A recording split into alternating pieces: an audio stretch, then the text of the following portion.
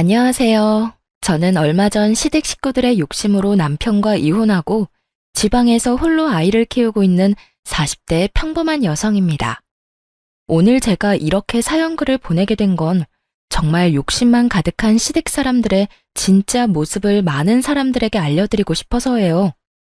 남편과 저는 평생을 지방에서 살아온 토박이들이에요. 그러니 각자의 부모님들도 같은 지방에서 사시고 계시죠. 남편과의 결혼은 그냥 정해진 순서에 따른 결과였다고 생각해요. 물론 결혼이라는 건 좀 더 신중해야 하는 게 당연하지만 다르게 보면 여러 가지 상황이 충족되어야만 가능한 일이니 결혼할 상황이었다고 볼 수도 있죠. 솔직히 결혼할 때 시부모님을 보고 이 결혼이 나쁘지 않겠구나 싶기도 했었어요. 그만큼 괜찮은 분들이셨거든요. 그렇지만 문제는 그분들이 아니더군요. 바로 남편의 누나들이 문제였어요. 위로 10살 그리고 8살 차이가 나는 두 신우들이요. 제가 남편과 동갑이었으니 신우들과 저도 똑같이 나이 차이가 났어요. 그리고 첫 만남도 무척 인상적이었죠. 아가씨가 우리 동생이랑 결혼할 사람? 만나서 반가워요. 난 첫째 누나예요. 이렇게 예쁜 아가씨랑 결혼을 하다니 복 받았네 우리 동생. 근데 평소에 요리는 안 하나 봐요? 손톱이 엄청 긴 걸 보니까. 언니, 설마 그렇겠어? 동생이 엄마 덕분에 얼마나 입이 고급인데 설마 요리도 못하는 여자 데려왔으려고? 근데 공장에서 일한다는데 괜찮겠어요? 우리 동생 아침에 식사 안 하면 안 되는데 공장 다니면 일찍 나가야 해서 밥 차릴 수 있으려나 모르겠네. 신우들의 말에는 뾰족한 가시가 있었어요. 듣고 있는데 벌써부터 피곤하더군요. 그렇지만 제가 시누이들과 같이 살 것도 아니고 크게 문제 없을 거라 생각했어요. 시누들이 말하는 것만큼 남편이 유별나거나 그런 걸 요구한 적은 없었거든요. 솔직히 저도 당하고만 있는 성격은 아닌지라 만약 당연하게 그런 걸 요구했다면 당장이라도 박차고 나왔을 거예요. 지금 마음으로는 그때 그렇게 박차고 나왔더라면 나이 들어서 그런 마음고생은 안 했어도 됐지 않을까 싶은 마음이 들기도 하지만 그것도 제 팔자겠죠. 어쨌든 저희 결혼은 생각보다 순탄하게 흘러갔어요. 남편은 당시에 작은 회사에서 일하고 있었고 저는 공장에서 생산직으로 일하면서 열심히 생활을 이어나갔죠. 제 예상대로 신우들과 만나는 일은 그리 많지 않았어요. 대신 시부모님과는 자주 만났었죠. 직장 일로 바쁜 저희들이 끼니를 잘 챙기지 못할까봐 항상 걱정하던 시모는 저희를 시부모가 운영하는 음식점에 항상 불렀어요. 시부모는 당시에 그 지역 주민들에게 인기가 많은 음식점을 운영하고 있었거든요. 그걸로 돈도 많이 버셨고 가게도 확장을 고민할 정도의 상황이었어요. 일주일에도 몇 번씩 남편과 저는 시부모의 가게에서 식사를 하고 담소도 나누고 좋은 시간을 보냈어요. 신우들과 만날 일도 크게 없었으니 마음도 편했죠. 시부모님들은 대화를 하면 할수록 좋은 분이었어요. 두 분도 함께 일을 하시는 상황이라서 그런지 모르겠지만 저희가 맞벌이로 힘든 상황을 모두 이해해 주시더라고요. 그리고 저희 결혼 후에 시부모님 가게도 본격적으로 입소문을 타기 시작하면서 바빠지기 시작했어요. 그래서 밥 먹으러 가는 것도 굉장히 죄송스러울 때도 있었거든요. 그럴 때는 주말에 시모를 위해 일을 도와드린 적도 많았어요. 제가 결혼 3년 차쯤 됐을 때 시부가 가게 쉬는 날 저희를 불렀어요. 집에 갔더니 시부모와 신우까지 모두 앉아 있었죠. 무슨 일인가 싶었는데 시모 입에서 나온 말들은 저희를 심란하게 만들었어요. 얘들아, 요즘 우리 가게가 많이 바빠. 그래서 직원을 뽑으려고 하는데 사람 뽑기 전에 우리 가족들 중에 원하는 사람들이 있는지 물어보려고 불렀다. 너희들한테는 굳이 우리가 하는 일 물려줄 생각은 없었는데 가게가 잘 되니 욕심이 나는 것도 사실이야. 너희들이 좋은 직장에서 일을 하고 있다면 이런 말도 안 했을 텐데 지금 큰애랑 작은애 둘 다 쉬고 있지 않니? 돈 벌 생각으로 직원으로 들어올 생각은 없어? 시모의 말에도 일리는 있었어요. 장사가 어느 순간부터 잘 되기 시작하니 좀 아까웠겠죠.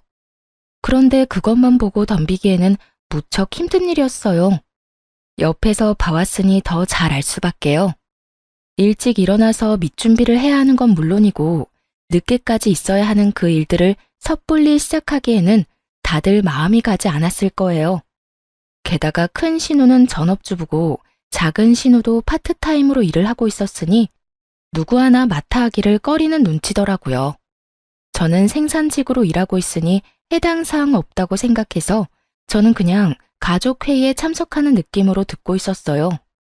엄마 마음은 이해하는데 굳이 그렇게까지 해야 돼요? 그래봐야 조그만한 가게고 잘 돼봐야 거기서 거기지. 그리고 나는 엄마도 알다시피 박서방이 좀 예민하잖아. 반찬 냄새 묻혀서 집에 들어가면 얼마나 난리를 치겠어요? 큰 신우의 말을 듣던 시모가 작은 신우를 쳐다봤어요. 우리도 안 돼요. 엄마 생각해봐요. 나 파트타임으로 일도 하고 그 뒷시간은 애들 봐야 해서 또 바쁘고. 그리고 나처럼 약한 사람이 힘든 가게 일을 어떻게 해. 아무리 봐도 나한테는 무리예요. 그러면 아무도 안 하겠다는 거냐? 그러면 옳게 가면 되지. 공장 다니는 것보다는 엄마네 집에서 일하는 게 훨씬 낫지 않아? 갑자기 저한테도 화살이 돌려지자 저도 당황했어요. 저는 그래, 옳게. 그게 좋겠네. 어차피 공장 일도 힘들잖아. 그럴 거면 그냥 어머니 도와서 일하면 딱 될 것 같은데. 공장에서 일한다고 돈 많이 주고 그런 거 아니잖아. 그리고 가족끼리 일하는 게 얼마나 편한데 그렇게 해줄 거지? 거의 반강제로 떠밀다시피 저를 설득하려 하더군요. 솔직하게 말해서 저는 싫었어요. 공장 일을 엄청 좋아해서 한 건 아니지만 그 일이 이미 익숙했고 무엇보다 시댁이잖아요. 아무리 좋은 사람이라도 모르는 사람과 일하면 트러블이 생기는데 시부모님과 같이 일하면 그런 일이 생겼을 때 풀 수 있을 상황도 아니고 모조리 제가 감당해야 한다는 게 너무 싫었거든요. 그래서 저도 거절의 말을 꺼냈어요. 형님, 잘 다니는 직장을 그만두는 것도 이상하잖아요. 게다가 어머님 일하시는 거 보니 가벼운 마음으로 시작해도 될 일도 아니고. 그러니까 올케가 제격이지. 결혼한 지 얼마 안 됐으니까 빨리 가족이 돼야 하잖아. 그러면 같이 일하는 게 최고야. 올케라면 믿고 맡길 수도 있어서 더 좋지. 생각해봐. 공장이 얼마나 힘든데. 조금만 더 늙으면 그 일 못할걸? 근데 우리 엄마 봐. 아직까지 얼마나 정정하셔? 그러니까 제발 올케가 맡아줘, 응? 큰 신우와 작은 신우가 말을 꺼낼수록 시모의 얼굴에 기대감이 마구마구 생기더군요. 그걸 보니 차마 못하겠다는 말도 못하겠더라고요. 시부모님이 나쁜 사람들이었으면 절대로 하겠다고 하지 않았을 텐데 워낙 자상하고 또 신중하신 분들이라 결국 제가 하기로 결정했어요. 그리고 신우들이 내게 일을 떠맡긴 것을 제외하면 그 말에 틀린 말은 없었으니까요. 공장에서 일하는 게 힘든 것도 사실이고 늙어서까지 하기에도 나쁜 직업이라는 것도 맞는 말이니까. 알겠어요. 그럼 제가 맡을게요. 제 입에서 그 말 한마디 나오기만 기다렸는지 신우들이 엄청 좋아하더군요. 물론 겉으로 티는 내지 않았지만 그렇게 제가 시부모 가게에서 일하기로 하고 가족회의가 끝났어요. 신우들은 귀찮은 일 제게 떠넘기고 기뻤는지 고맙다며 난리도 아니었어요. 그렇게 저는 시모, 시부와 함께 가게 일을 하게 됐어요. 처음 1년은 정말 무슨 일인가 싶을 정도로 일이 힘들어서 정신이 없었는데 그것도 익숙해지면 다 같은 일이라 그런지 점차 몸에 더 익어서 괜찮아지더군요. 그렇게 2년, 3년이 지나자 시모는 제게 가게 주력 메뉴의 레시피도 알려주고 점점 더 중요한 것들을 알려주기 시작했어요. 솔직하게 말해서 그냥 가게 도와주는 일이라고 시작했는데 시모가 점점 더 중요한 걸 알려줄 때마다 의아하게 생각하긴 했어요. 게다가 가게가 더 잘 되기 시작해서 확장을 한 뒤에는 생각보다 가게 값어치가 꽤 있다는 걸 깨닫기도 했고요. 어머님, 그런데 진짜 저한테 가게 레시피 다 알려주셔도 돼요? 응? 그게 무슨 소리야? 가게가 너무 잘 되잖아요. 이거 다음 사장한테 알려줘야 하는 거 아니에요? 왜, 그때 저희한테는 가게에서 일할 사람 찾는다고 하셔서. 아, 그거 말이지? 그때는 그랬지. 잘 될 거라는 보장도 없고, 그게 될 거라는 보장도 없었으니까. 그때는 그냥 직원 뽑는다고 말한 거였지. 그래도 가족 중에 할 사람이 있으면 내가 가진 거 다 알려줄 생각이긴 했어. 음식 솜씨라도 가지고 있으면 어디 가서 굶어 죽진 않을 테니까. 그리고 가게가 잘 되면 나랑 같이 일하는 사람한테 가게 물려줄 생각도 했었고. 가게를 물려줘요? 그래, 이렇게 잘 되는 가게 이왕이면 가족이 이어받아서 하면 좋잖니? 그때는 이렇게 확장까지 할 정도로 잘 될지 몰랐다만, 그래도 네가 해준다고 해서 얼마나 다행인지 몰라. 내가 무슨 일이 생겨도 이제는 네가 사장이 되어 이끌어가면 되니까. 이 정도 규모면 부족함은 없이 살 수 있을 테고. 저는 시모의 말에 깜짝 놀랐어요. 뒤를 이어받으라는 말이 사장이 되라는 말이라고는 생각도 못했으니까요. 레시피 알려주면서 열심히 가르쳐 주실 때부터 이상하다고 생각했지만 진짜로 저에게 뒤를 잇게 할 거라고는 생각 못했거든요. 시모의 말에 마음이 좀 뭉클해졌어요. 그래서 저도 더 열심히 가게 일에 힘썼어요. 그런데 그 이야기를 듣고 몇 주 뒤에 큰 신우가 저한테 잠시 밖에서 만나자고 하더군요. 저는 가게로 오라고 했지만 시모 있는 데서는 하기 힘든 이야기라길래 저도 무슨 이야기를 하려나 싶어 큰 신우를 만나러 갔어요. 약속 장소에 도착했더니 큰 신우가 굉장히 화가 난 얼굴로 저를 기다리고 있더군요. 무슨 기분 나쁜 일이라도 있었나 하는 마음으로 말을 걸었는데 큰 신우가 대뜸 저한테 소리를 빽 질렀어요. 옳게, 어떻게 그럴 수가 있어? 네? 엄마 가게 말이야.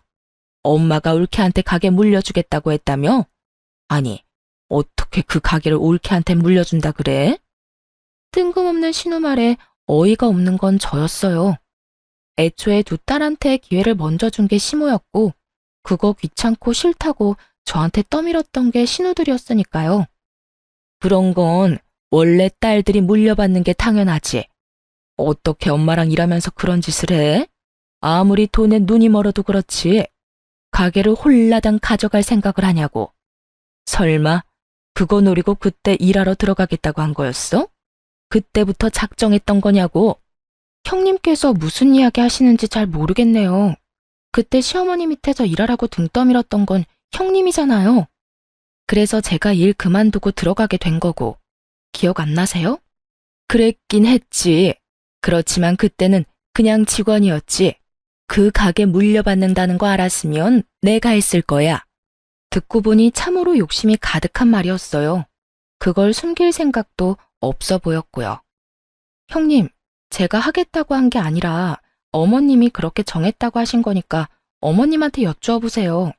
저한테 이러시는 거 시간 낭비고 서로 기분만 나빠질 뿐인 거 아시잖아요. 그 가게가 지금 당장 내 것인 것도 아닌데 왜 저한테 이렇게 화를 내는지도 모르겠고 이 상황 자체가 정말 어이없다고 생각하거든요. 제 말에 큰 신우가 새침한 표정으로 묻더군요. 그래, 그럼 내가 엄마한테 직접 이야기할게. 어떤 결과가 나오더라도 나한테 원망은 갖지 마. 큰 신우가 그 자리에서 시모에게 전화를 걸었어요. 스피커폰으로 전화를 거는 걸 보니 제 딴에는 시모가 딸한테 사장 자리를 물려줄 거라고 철석같이 믿고 있는 것 같더군요. 그렇지만 그렇게 될 리 없다는 걸 저는 잘 알고 있었어요.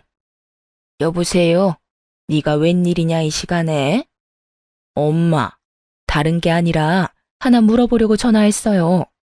혹시 올케 말고 나한테 가게 물려줄 생각은 없어요? 올케가 엄마 밑에서 열심히 일한 건 아는데 그래도 사업은 피부치랑 해야지 며느리가 무슨 말이야. 그러다 걔네 이혼하면 어차피 남인데. 그러니까 내가 대신 들어갈게요.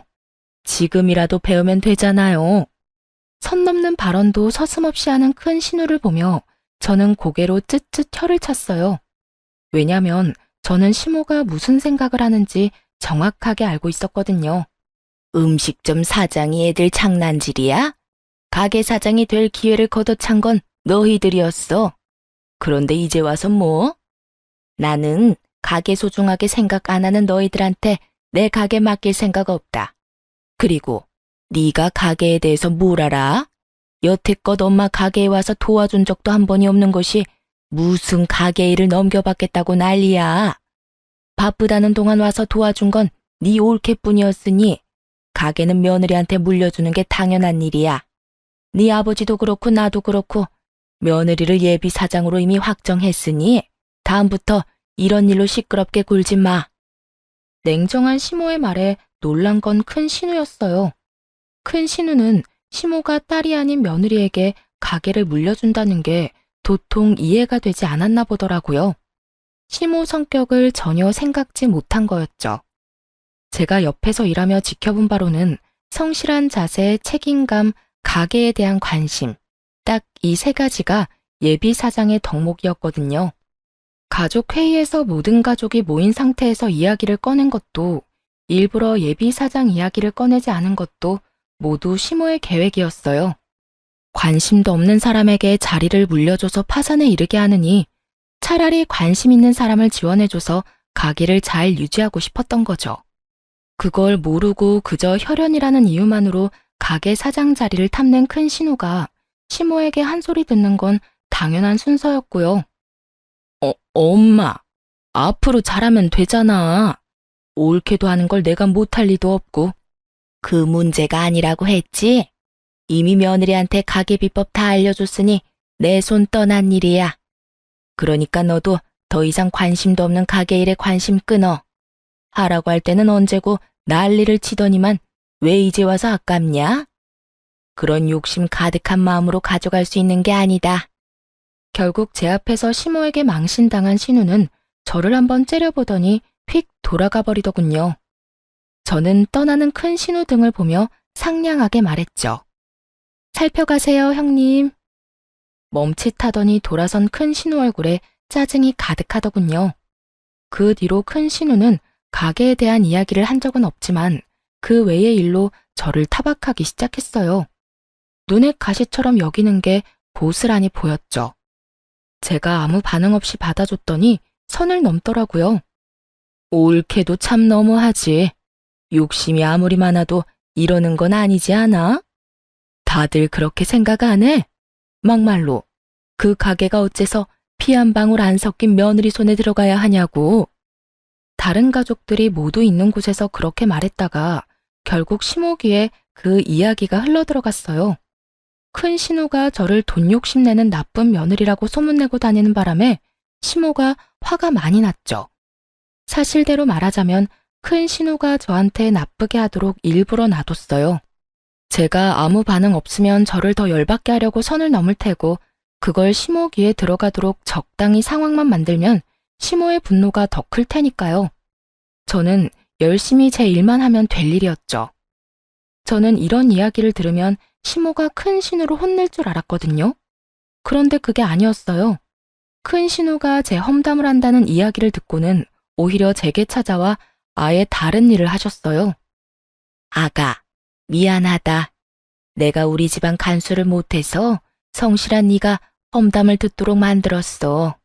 이게 다 내가 어정쩡하게 일을 처리한 탓이니 내가 다 책임지고 처리하마.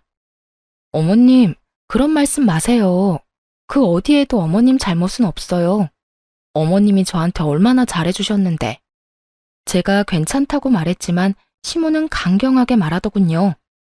내가 서류는 이미 다 정리해놨다. 가게 공동대표로 이름 올리는 일이야. 도장만 찍어라. 그러면 앞으로 네가 돈에 욕심이 있네 마네 하는 말들은 들리지도 않을 게다. 대표가 가게 운영하는데 쥐들이 뭔 상관이겠니? 가게 와서 창문 하나 닦아보지도 않았던 것들이 입으로만 가게 위하는 척하는 걸 듣고 있으려니 괘씸해서 도저히 안 되겠어. 시모와 함께 가게 공동대표를 제안하시더군요. 결국 거의 반강제로 저는 시모 가게 공동대표가 됐죠. 어차피 그렇게 될 수순이긴 했지만 미리 넘겨주는 일도 쉬운 일은 아니었을 거예요. 피부치들이 살아있는데도 저한테 주겠다고 한 건 큰 마음을 먹은 거였겠죠. 제가 일을 형편없이 했거나 요령이나 피웠다면 아마 주시지 않았을 거예요. 그렇게 시모와 제가 공동대표가 되고 시모가 그것을 가족들에게 모두 이야기하면서 큰 신우는 저에 대해 그런 말을 더 이상 못하게 됐어요. 시모가 결정한 일에 입을 댔다가는 시모의 분노만 살 일이었으니 말이죠. 그렇게 가게 일도 마무리됐고 그 사이에 안 좋은 일들도 몇 있긴 했지만 그럭저럭 잘 지냈어요. 더 이상 신우들과 문제가 생길 거라고는 생각도 안 했죠. 가게 문제가 어찌됐든 명확히 끝나버렸으니까요. 그런데 갈등은 돈뿐만이 아닌 곳에서도 생겨나더라고요. 결혼한 지 10년쯤 되니 저도 40이 넘었고 시부모님 나이가 70의 끝을 바라보고 계셨어요. 언제까지나 정정할 거라고는 생각도 안 했지만 두 분 다 워낙 일하시는 걸 좋아하시고 또 건강도 잘 챙기셔서 아플 일은 없을 거라 생각했어요. 그런데 겨울 새벽부터 출근한 시부가 뇌졸중으로 병원 신세를 지게 됐어요. 밑준비를 위해 일찍 갔었는데 저와 시모가 없었다면 뇌졸중이 더 심해져 생명을 장담 못했을 수도 있다고 하더군요. 그래서 편마비가 생긴 시부로 인해 저희 부부와 시모는 매우 바쁜 생활을 보내야 했어요. 시부가 연세가 있어서 힘든 일은 못했지만 그래도 가게 돈 계산이나 서빙 같은 건 조금씩 도와주셨거든요. 그런데 그런 시부께서 아파서 병원에 입원해 있으니 누구라도 간병을 해야 했어요. 저와 남편 시모가 번갈아 가며 병원을 오가야 했죠. 그런데 힘든 일은 언제나 몰려오는 건지 친정엄마에게 온 연락은 저를 더 우울하게 만들었어요. 딸, 어쩜 좋아. 너희 아버지 계단에서 떨어졌어. 허벅지 뼈가 부러져서 수술해야 된다는데 빨리 좀 와줘, 응? 정말 청청병력 같은 소리였어요. 제가 외동딸이었기 때문에 어머니 말고는 도와줄 사람도 없었죠. 어쩔 수 없이 저는 시모에게 제 사정을 설명했어요. 그런데 시모도 남편도 그날따라 일이 있어서 안 된다고 하더군요. 저희 셋 다 간병을 하니 어쩔 수 없이 간병 안 하는 날은 밀린 일을 처리하곤 했거든요. 두 사람 다 미리 잡아놓은 약속이 있어 시모가 한 가지 좋은 생각을 떠올렸죠. 둘째야, 너 오늘 하루만 아버지 병간호 좀 하거라. 너 아버지 아프고 나서 한 번도 병간호 한 적 없지 않니? 앞으로 해달라고 안 할 테니 네가 오늘만 좀 봐줘. 시모 요구에 작은 신우도 별말 없이 따르는 듯 보였어요. 그렇게 저는 친정아버지 수술할 때 직접 병원에 갔고 놀란 친정어머니를 달래며 각종 보험을 알아봤어요. 그리고 저녁에 완전히 정신적으로 녹초가 되어 집에 돌아왔죠.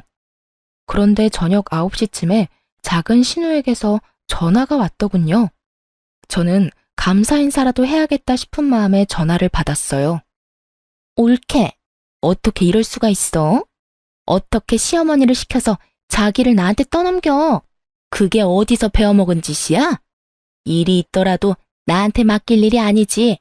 옳게도 며느리가 아니라 가족인데. 전화 받자마자 화내는 작은 신우의 목소리를 들으며 저는 한숨을 푹 쉴 수밖에 없었어요. 아, 형님, 저도 병간호 빼고 싶어서 뺀 게 아니에요. 친정아버지 대퇴골이 부러져서 수술을 해야 한다는데 그럼 어떻게 해요? 아시잖아요. 저는 외동이라 저희 집에 어머니가 의지할 만한 곳이 없어요. 그리고 형님, 아버님 안 보고 싶으셨어요? 간병이 아니라 아버님 얼굴 보는 자리라고 생각하시면 될 일을. 너 지금 나한테 가르치니? 어이가 없어서? 너만 바빠? 나도 바빠. 나도 우리 시부모님 수발 들기 바빠서 몸이 나만하질 않아. 결혼하면 출가 외인이고 각자 집안 챙기는 거지. 왜 남한테 피해 줘가면서까지 일을 떠넘겨? 정말 듣고 있으니 화가 다 나더군요.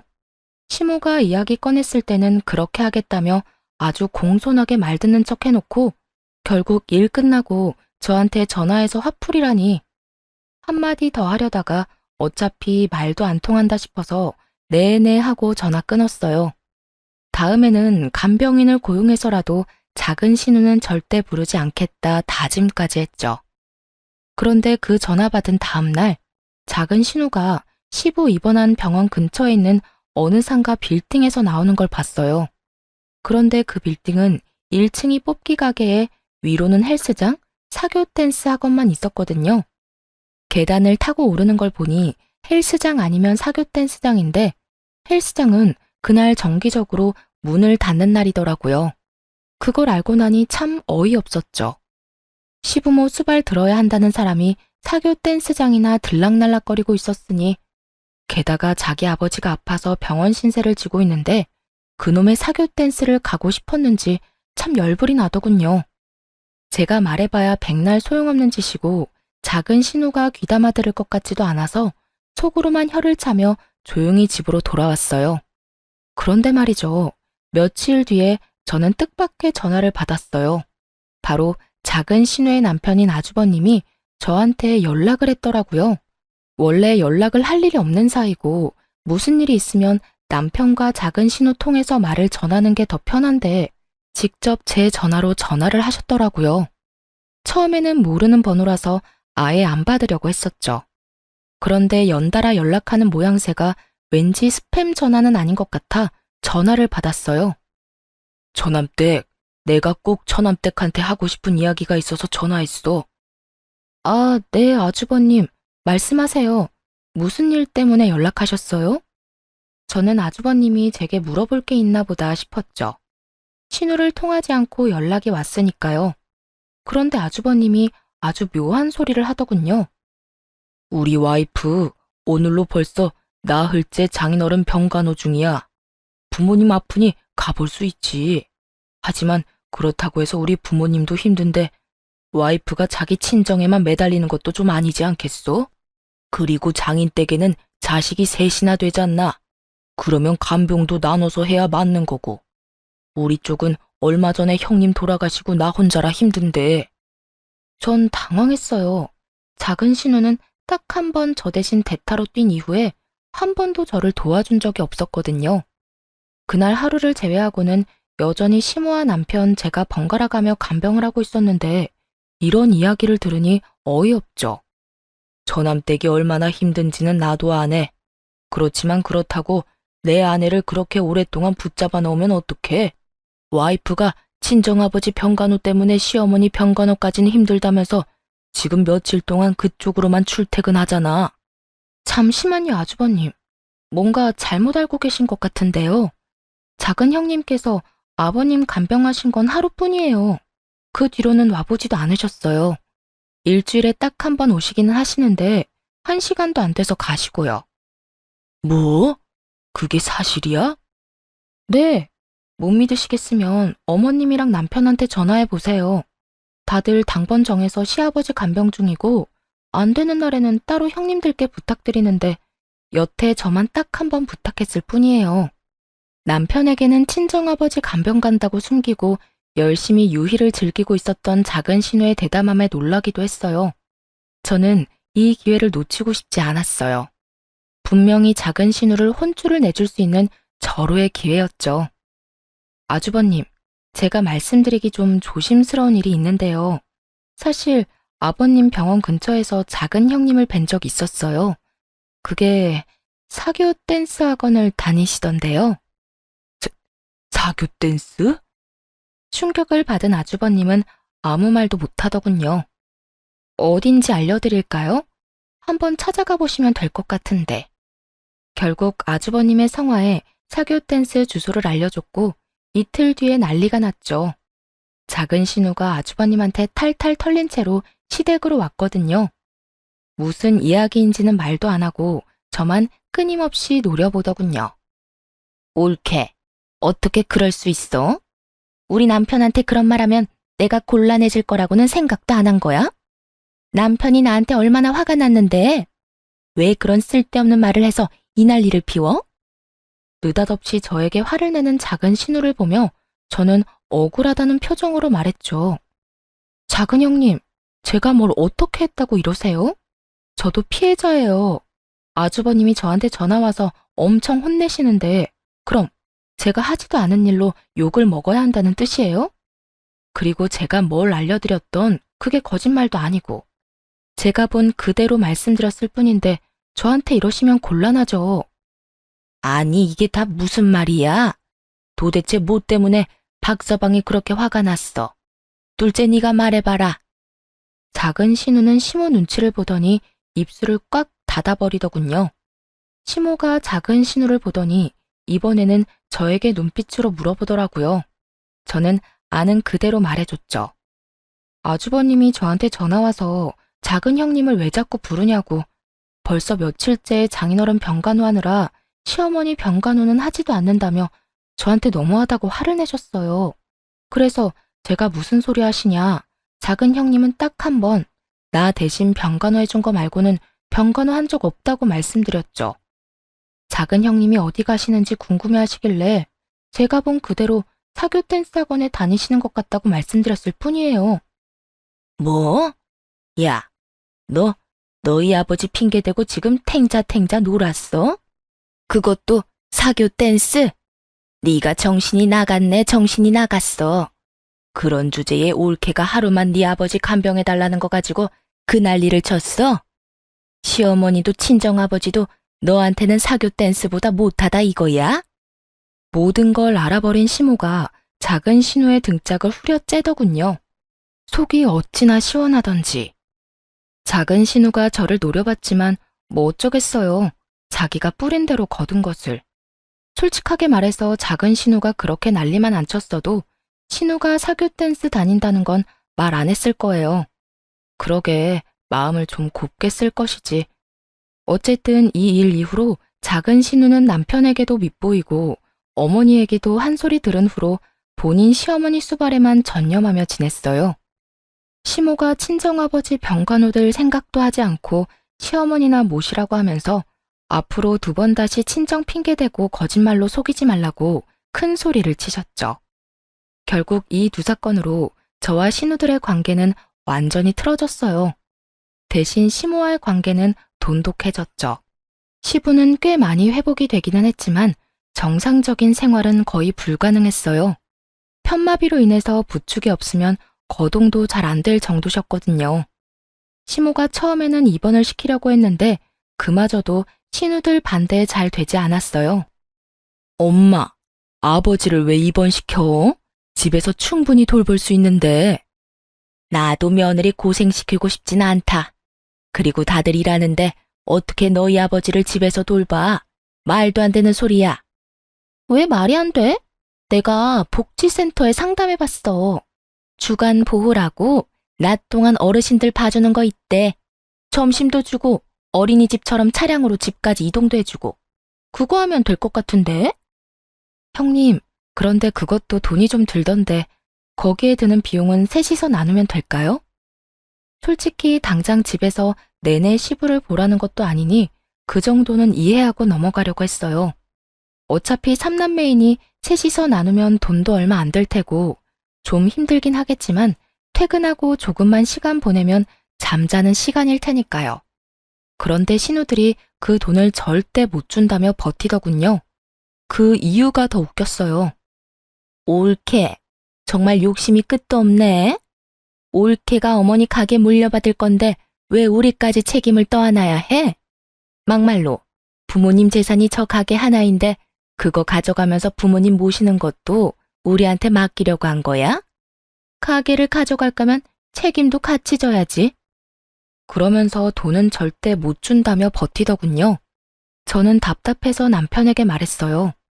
형님들이 주간보호 비용도 저희한테 다 내라고 한다고 말이죠. 그런데 남편 말이 더 웃겼어요. 누나들 말 틀린 거 하나 없지. 솔직히 당신이 가게 물려받으면 우리 부모님 재산 다 물려받는 거랑 똑같은데 왜 누나들이 돈을 내야 해? 당신 돈도 잘 버는데 당신이 내면 되잖아. 지금 나더러 아버님 수받들면서 돈까지 내라고? 가게 물려받았다고? 그 가게 물려받기 싫다고 난리치던 사람들이 형님들이야. 게다가 가게 물려주신 것도 어머님 뜻이었고 내가 달라고 졸라서 받은 것도 아닌데 왜 내가 모든 걸 책임져야 하는데. 나도 돈 못 내. 그러니까 집에서 아버님 모시자. 그러면 되겠지? 열받은 제가 그렇게 말하자 남편은 남의 집안 사정처럼 그럼 그렇게 하던가 하며 코웃음을 치더군요. 남편은 제가 왜 그런 말을 했는지 눈꼽만큼도 이해를 못하고 있더군요. 뭐 놔뒀어요. 어차피 나중에 피 볼 건 남편인 게 뻔했으니까요. 저는 남편에게 그렇게 말하고 시부를 집에서 돌보기로 했어요. 그리고 남편과 시모가 있는 앞에서 말했죠. 어머님, 저희 사정상 아버님을 집에서 모셔야 할 것 같아요. 그런데 가게를 닫을 수는 없으니 제가 일하는 동안은 어머님이 아버님을 모셔주시고 제가 퇴근하는 시간부터는 제가 아버님을 모실게요. 그럼 아들, 너는 어떻게 할 거냐? 네? 제가 왜요? 저 일하느라 바빠요. 그럼 며느리는 일 안 하고 쉬니? 너는 주말에 아버지 보면 되겠구나. 그리고 나 힘들 때 틈틈이 도와주고. 역시나 공정한 시모가 그렇게 남편의 역할까지 정해주고 시부의 집 간병이 시작됐어요. 처음에는 어떻게든 굴러갔지만 시간이 지날수록 힘에 부처 하는 게 보이더군요. 특히 연로하신 시모의 컨디션이 나빠지기 시작하자 남편이 불려가는 일이 많아졌어요. 결국 시모의 부름이 감당이 안 된 남편이 저에게 화를 내기 시작하더군요. 당신은 도대체 책임지지도 못할 일을 왜 시작한 거야? 내가 당신보다 더 많이 아버지 얼굴 보고 있는 건 알아? 그게 뭐 잘못됐어? 그리고 억울한 척 하지 마. 내가 당신보다 더 많이 아버님 수발 들고 있거든? 수발만 들어. 집안일에 육아에 가게일까지 내가 다 하는데 당신이 뭐가 그렇게 못마땅해? 그리고 당신이 당신 부모님 간병하는 게 무슨 잘못이야? 그게 이상한 일이야? 당연한 일이지. 그리고 입원이며 주간보호 모두 거절한 게 당신들 남매야. 왜? 이제 와서 당신 할 일 많아지니까 힘들어? 그럴 거면 그때 왜 형님들 편들면서 나한테 그딴 소리 했어? 내 말 안 듣고 입맛대로 하고 싶어 했던 당신 탓이지. 그래서 나 엿먹으라고 이랬어? 내가 당신을 괴롭힌 게 아니라 당신이 스스로 제 무덤 파고 들어간 거겠지. 지금 그걸 말이라고. 됐어. 다 때려치우고 당신 가게 그만둬. 내가 회사 그만두고 가게 일할 테니까. 갑자기 그게 무슨 소리야? 당신이 왜 회사를 그만두고 가게를 해? 진짜로? 진짜 일 그만두고 가게 일하겠다고? 대체 왜?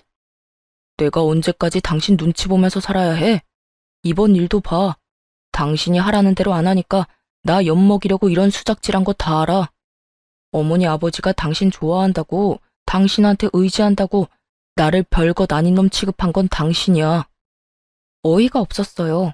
저는 그저 바쁘게 살았던 것뿐인데 대체 어디에서 무슨 소리를 듣고 일어나 싶었죠. 당신이 뭔데 우리 집안에 들어와서 당신 하고 싶은 대로 다 해? 앞으로 내 말 안 들을 거면 이 집에서 나가면 돼. 난 당신 들러리로 살 생각 없으니까. 찌질함의 끝을 보여주는 남편놈의 얼굴을 보며 저는 이게 해결될 문제가 아니라는 걸 깨달았어요. 남편의 마음이 닫혀진 게 눈에 보였거든요. 단순한 싸움으로 끝날 수도 있었던 일을 남편은 단순하게 해결할 생각이 없더군요. 집에서 나가라는 말에 제가 나지막이 되물었어요. 당신 이혼하자는 거야? 그래. 말길 잘 알아듣네. 이혼해. 가게는 나한테 넘기고. 그 가게 당신 것도 내 것도 아니거든? 어머님한테 물어보고 와. 그리고 이혼하는 거 나도 찬성이야. 부모님 두 분 보고 살았지. 내가 찌질한 당신이랑 두 시누이 생각하면 진짜 이제라도 인연 끊는 거 다행이라고 생각하니까. 결국 저와 남편은 이혼을 하게 됐어요. 남편놈은 아주 기세가 등등하더군요. 제가 없어도 가게 일이며 집안일 다 해결할 수 있을 거라고 아주 호언장담을 했어요. 하지만 이혼 직후 시모의 행동 때문에 남편의 기대는 와르르 무너졌어요.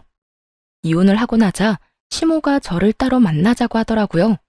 그래서 나갔더니 그러더군요. 애미야, 네가 고생이 참 많았다.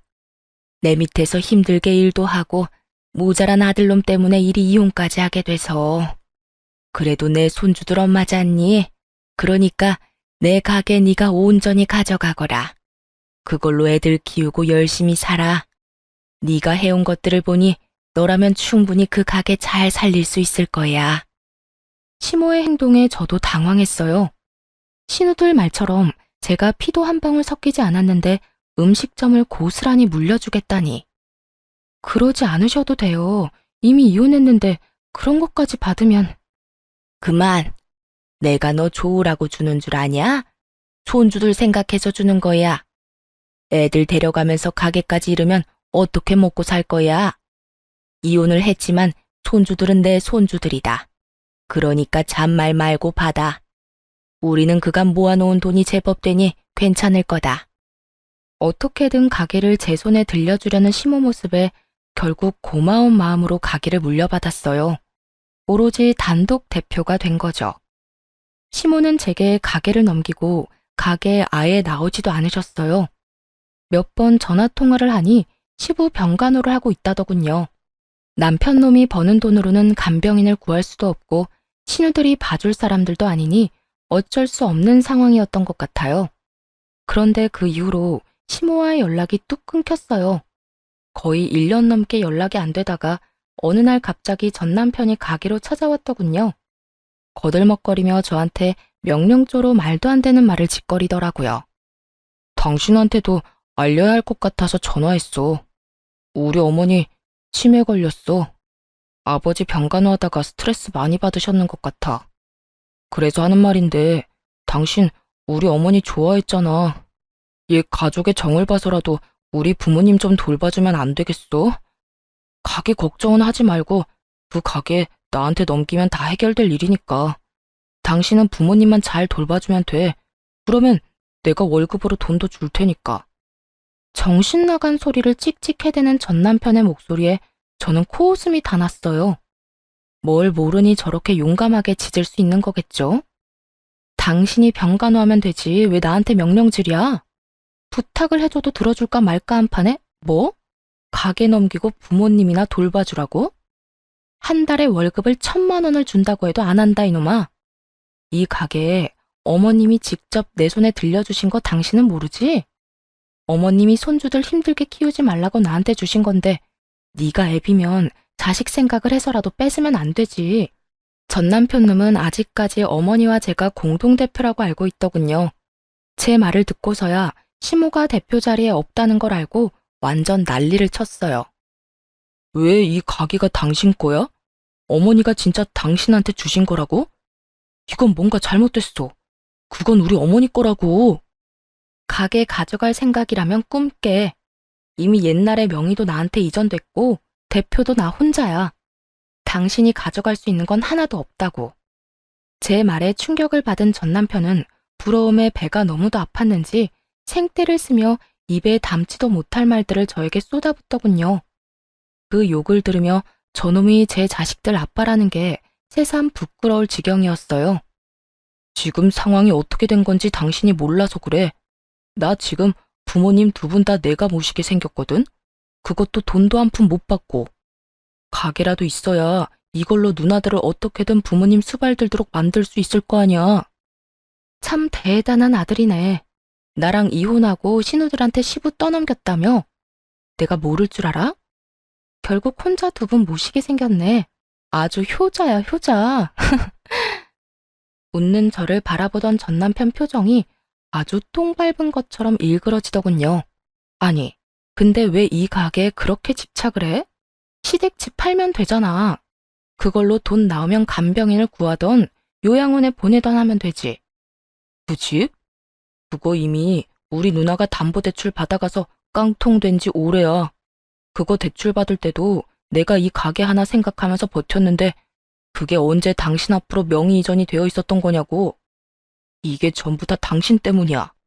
저는 행패를 부리기 시작하는 전 남편을 경찰에 신고했어요. 그렇게 가게에서 쫓아내버렸죠.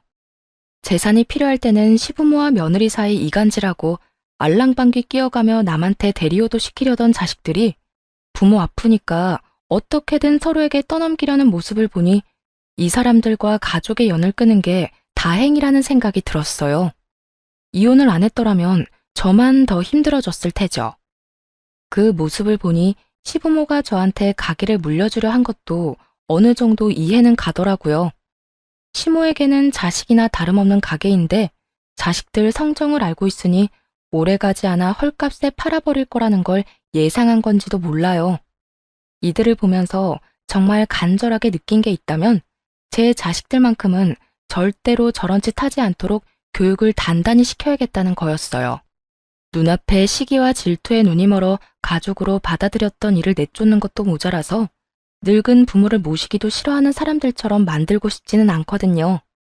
그래도 다행인 건 이혼하고 힘든 상황에서 저희 아들, 딸 둘 다 의젓하게 잘 자라고 있다는 거겠죠. 더 커서 어른이 되면 저한테 효도를 하겠다며 일하며 자신들을 위해 희생한 어머니가 가장 자랑스럽다고 말하는 아이들 덕분에 오늘 하루도 살아갈 맛이 나는 것 같네요. 여태껏 앞만 보고 달렸어요. 목표라고는 그저 어떻게든 잘 살겠다는 막연한 것만 가지고 살았는데 이혼을 하고 나서야 현실적으로 와닿는 것 같아요. 집안을 지탱해야 하는 가장의 무게와 아이들을 잘 키워내야 한다는 엄마의 마음이 저를 더 노력하게 만든 것 같네요. 앞으로도 진심을 다해 아이들을 위해서 살 생각이에요. 글이 길어졌네요. 지금까지 제 사연 들어주셔서 감사합니다. 좋은 하루 되세요.